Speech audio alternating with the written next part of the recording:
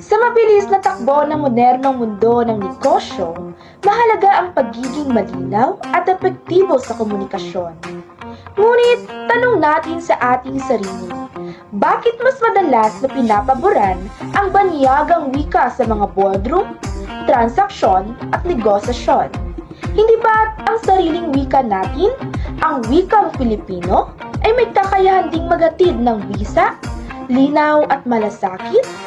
Ang paggamit ng ating wika sa negosyo ay hindi lamang pagpapakita at pagmamalaki sa ating kultura, kundi isang makabagong hakbang tungo sa pagiging inklusibo, epektibo, at makabayan sa industriya. Halina't tuklasin natin kung paano nagiging mahalagang susi ang wikang Filipino sa tagumpay ng ating ekonomiya at pagkakaisa bilang isang bansa. Ang supermarket na ito, si Celeste, minsan daw may nabibili siya mga produktong walang English translation ng pakete. Kaya natuwa siya na malamang obligado pala ang mga negosyanteng lagyan ito ng translation. So, much better para maintindihan nila. Aminado ang manager ng Korean supermarket na may ilang produktong wala pang English translation kaya naglagay na muna sila ng marka sa estante.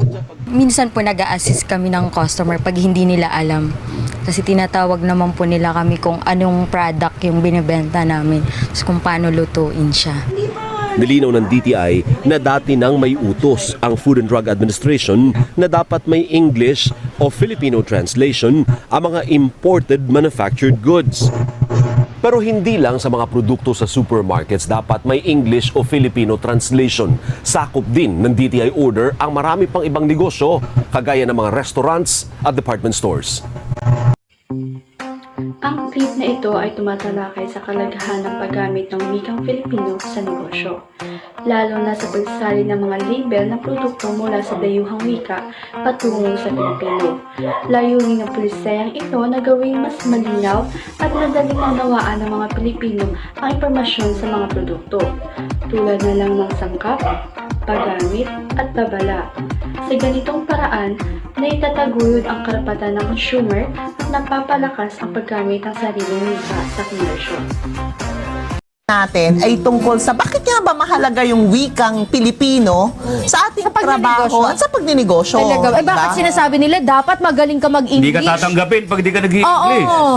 Bakit Oo, ganun? yan yung mga maling konsepto, Ayun no, pala. diba? So, ako gagawin kong halimbawa yung sarili ko. Sige. Unang-una dito, sa UNTV Ayan, tayong lahat, diba? Oh. Ang ginagamit natin ay Tagalog. Tagalog. Filipino. Oo. Yun nga Filipino. palang wikang pambansa, yung wikang Pilipino na tinatawag natin, ay marami yan. Oo. Hindi lang yan Tagalog. Yes. Although ginagamit natin dito Dialect ng Tagalog. Tagalog. Kasama din dyan ang Bisaya, yung mga major languages, kunyari Ilocano, kasama yan lahat. Pero mabalik tayo dun sa usapan natin, dito, ginagamit natin Tagalog. Bakit? Kasi ang ating mga manunood ay mga Pilipino. Ayan. Diba? At majority niyan ay yung tinatawag nating masa, ordinaryong tao. So, kailangan ay maintindihan tayo kasi ang wika ay isang tool ng komunikasyon. Ito ay kailangan, ang wika, para tayo ay makapag-usap at tayo ay maintindihan. So, kahit sa anong parte ng buhay natin, kay trabaho, kay negosyo, kay pang-araw-araw na buhay, ay kailangan natin ang mga salita at panulat at yan ay, dahil Pilipino nga tayo, ang gamitin natin ay Wikang yung Pilipino.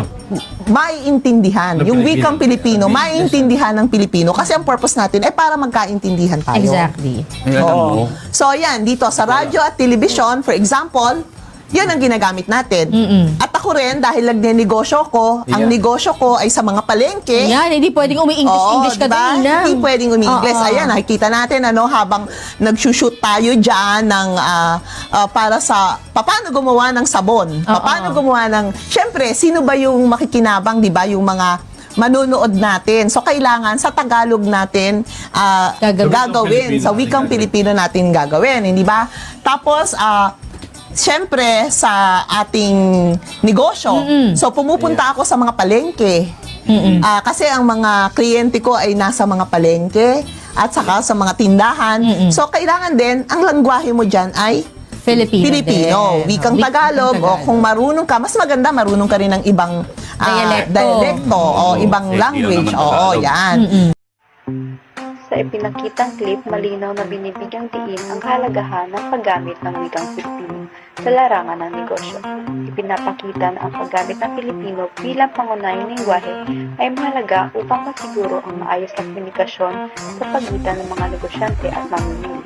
Kapag ang wika ay madaling nauunawaan ng lahat, mas nagiging malinaw ang impormasyon tungkol sa mga produkto o serbisyo na nagbiresulta sa mas maayos na transaksyon at tiwala ng mga tao sa negosyo. Magkano ba dapat ang itubo natin sa ating mga paninda? Ilang percentage ba talaga, no? Para sure talaga na dadami yung ating customers at lalago ang ating negosyo. Panoorin nyo po hanggang dulo ang ating video. Ituturo ko po sa inyo, ipapaalam ko po sa inyo kung magkano dapat ang ipatong nyo. Dahil ito yung ginagawa ko, kaibigan, at nakatulong talaga. Ngayon, mag 21 years na po ang tindahan ni Ate GB. Kaya sana sundin mo rin ito. Mga kaibigan, magandang hapon sa inyong lahat dyan. Ito na naman ang inyong life coach at ka-negosyo partner, Ate GB. Ayan, so masaya na naman, nakangiti na naman ang inyong lingkod na si Ate GB. Dahil for today, kaibigan, napakaganda ng topic nating pag-usapan. Kaya naman, nang mabasa ko po ito sa comment section, agad-agad ko pong naisip na gawan ito ng video. Gawan natin ng vlog kasi naman napaka-useful. Very useful po ito, lalo na pag ikaw, kaibigan, ay katulad ni Ate GB, isang tendero, no? Sari-sari store owner, or kaibigan, nagbabala ka na magkaroon ng ganito negosyo, which is sari-sari store, no? Tindahan. So, dapat, kaibigan, panoorin nyo po ito hanggang dulo. Imano, Rosarito, mga kaibigan, ito po ang katanungan ng ating kapatid. Paano ka maglagay ng price? Ilang percent? Ayan. So, kaibigan, nagawan ko na po ito ng video, vlog many months ago. At noon, kaibigan, kaunti pa lang po yung ating subscribers. Ngayon, may na 23,000. So, siguro, some of you, hindi pa yung napanood, no? Kaya naman, babalikan natin yun at magdagdag na rin ako ng konting tips. Ayan, para magustuhan nyo talaga, no? At hindi masayang yung panunood nyo kay Ate GB. So, paano ba maglagay ng price? Ilan ba talagang percent? Kaibigan, direct to the point. Alam ko, lahat, kung hindi man lahat, most of us gusto talaga malaking percentage, malaking tubo. Siguro 20%. So, 20%, katulad kay Ate GB. So, pag yung kapital natin ay 10%, ayan, ginagawa natin 12 pesos.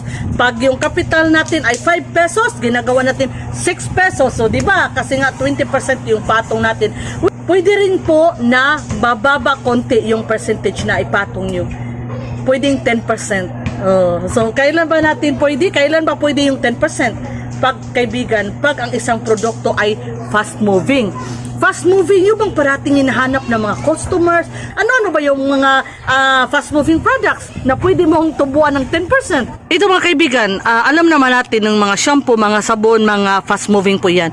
So, pwede nyo po gawin itong 20%. Okay, pwede rin 10% mga kaibigan. Pero mas maganda talaga pag fast-moving, 10% lang po. Yung mga kape natin, napaka-fast-moving, mga chichirya natin kaibigan, parati pong may naghanap. Pag ganito mga produkto kaibigan, tinatawag nating fast-moving products, mabintang-mabinta, pwedeng 10% lang po ang inyong itubo. Yung ibang mga produkto, kaibigan, siguro 15% to 20%. Makikita din natin sa panghuling clip na kahit sa simpleng sari-sari store, ang paggamit ng wikang Filipino ay nananatiling mahalaga. Ang ganitong eksena ay nagpapakita na ang wika ay isang epektibong kasangkapan para sa malinaw na komunikasyon sa negosyo, lalong-lalo na sa mga mamimiling Pilipino na mas komportable sa sariling wika. Ang paggamit ng Filipino sa mga sari-sari store at iba pang negosyo ay nagpapalalim ng koneksyon sa pagitan ng nagtitinda at mamimili. Sa ganitong paraan, nagiging madali ang pagpapahayag ng impormasyon tungkol sa mga produkto, presyo at iba pang mga detalye.